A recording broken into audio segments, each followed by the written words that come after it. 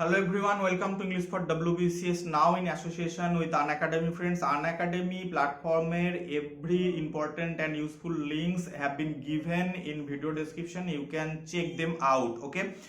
So friend Unacademy প্ল্যাটফর্মে রোজ সকাল 10:30টায় একটি মক টেস্ট হয়, ফ্রি মক টেস্ট, তুমি ওটাও অ্যাটেম্প করতে পারো। সো নাও ফ্রেন্ড, আমাদের এটা একটা ভিডিও লেকচার সিরিজ চলছে।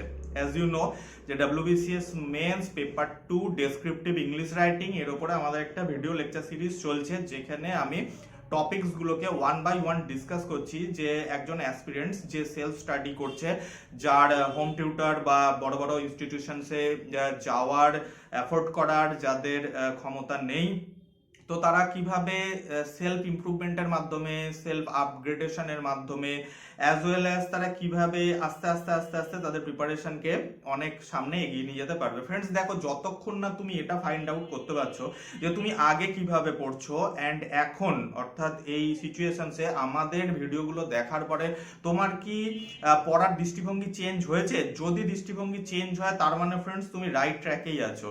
ওকে, you are staying on right track, ঠিক আছে? তার মানে তুমি আস্তে আস্তে সাকসেসের কাছে এগিয়ে যাচ্ছ, তাই না ফ্রেন্ডস? সো নাও দেখো, প্রত্যেকটা সাবজেক্টের ওপরে উইকলি স্ট্র্যাটেজি, ঠিক আছে, বা WBCS মেন্সের ডেসক্রিপটিভ ইংলিশের ওপরে, প্রেসিজ রাইটিং এর ওপরে a lot of videos I made already. Okay, so কম্পোজিশনের ওপর আমি আমার লাস্ট ভিডিও দিয়েছি। তো আজকে আমি ডিসকাস করব রিপোর্ট রাইটিং, ঠিক আছে? সবার প্রথমে লেটার থাকে, একটি ফর্মাল অর্থাৎ এডিটোরিয়াল লেটার, তার সঙ্গে অর্থাৎ অথবায় থাকে একটি ইনফর্মাল লেটার, তারপরে থাকে অর্থাৎ 2 নম্বরে থাকে কি না report writing, newspaper report writing. 40 marks allot থাকে, ম্যাক্সিমাম ওয়ার্ড 200 থাকে, ম্যাক্সিমাম ওয়ার্ড 200 থাকে। 2018 এর মেন্স পর্যন্ত, 2019 এর মেন্স পর্যন্ত ওয়ার্ড লিমিট মেনশন করা আছে। 19 এরটায় একবার পেপারটা তোমরা দেখে নিতে পারো মেনশন করা আছে নাকি, কিন্তু 2018 এর পেপারে, 17 এর পেপারে মেনশন করা ছিল যে নিউজ পেপার রিপোর্ট রাইটিং 200 ওয়ার্ডস এর হতে হবে অ্যান্ড নাম্বার অ্যালটেড ছিল হচ্ছে তোমার 40 মার্কস। এবার 40 মার্কস মানে 40 মার্কসেরই আসে। সো ফ্রেন্ড, তো এই তোমার নিউজ পেপার রিপোর্ট রাইটিং, ঠিক আছে, কোন টপিকগুলোকে পিএসসি ইউপিএসসি এরা পছন্দ করে, কোন টপিকগুলোকে তুলে নিয়ে রিপোর্ট রাইট করতে বলে? ফ্রেন্ডস দেখো, যে বছরের যেটা বার্নিং ইস্যু, যেমন ধরো 2020-র বার্নিং ইস্যু হচ্ছে কোভিড-19, তাই না? COVID-19 as well as environment issues, এইগুলো।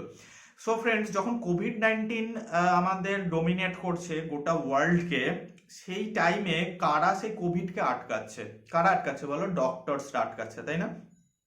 তো ফ্রেন্ডস, এর উপরে একটা রিপোর্ট আসতে পারে কি না, doctors day, international doctors day or national doctors day, কিভাবে ওটা সেলিব্রেশন হয়েছিল, এর উপরে একটা রিপোর্ট আসতে পারে। 2019-এ কিন্তু ব্লাড ডোনার ডে, এর উপরে তোমার রিপোর্ট রাইট করতে দেওয়া হয়েছিল যে ব্লাড ডোনেশন ডেতে কি ধরনের একটা ক্যাম্প হয়েছিল, সেখানে কি বলা হয়েছিল, কোথায় হয়েছিল, কি নিয়ে ডিসকাস হয়েছিল, কারা কারা চিফ গেস্ট হিসাবে ওখানে পার্টিসিপেট করেছিল, তাহলে এই ধরনের রিপোর্ট রাইটিং আসবে। সো ফ্রেন্ড, রিপোর্ট রাইটিংটাও কিন্তু 40 মার্কস দেওয়া হয়েছে অনলি 200 ওয়ার্ডস এর জন্য, মানে কিন্তু যা তা ভাবে লিখলে হবে না।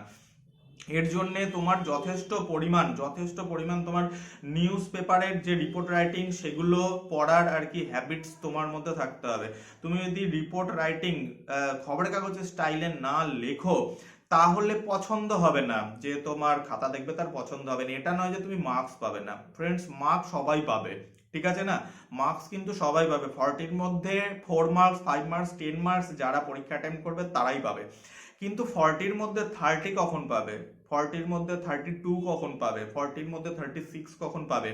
যখন তার রাইটিংটা সেই লেভেলের হবে। তাহলে তুমি যদি বলো যে স্যার আমি এখন কিভাবে স্টার্ট করবো, ফ্রেন্ডস, কখনো অ্যাডভান্স লেভেলে গিয়ে স্টার্ট করতে নেই।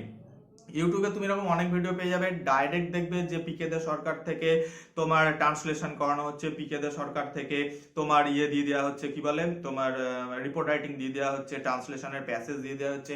ফ্রেন্ডস, ওইভাবে তো শেখা যায় না।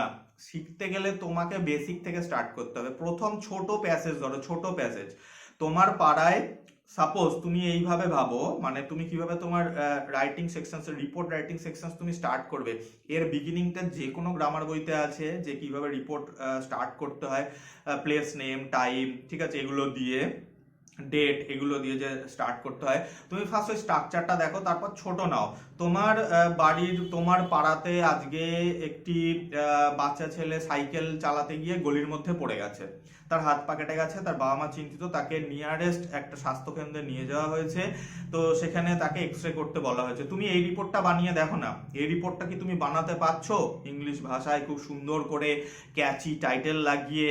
কি করে টাইটেল বানাতে হয় ফ্রেন্ডস? পাওয়ার ওয়ার্ডস ওর মধ্যে দিয়ে, ঠিক আছে?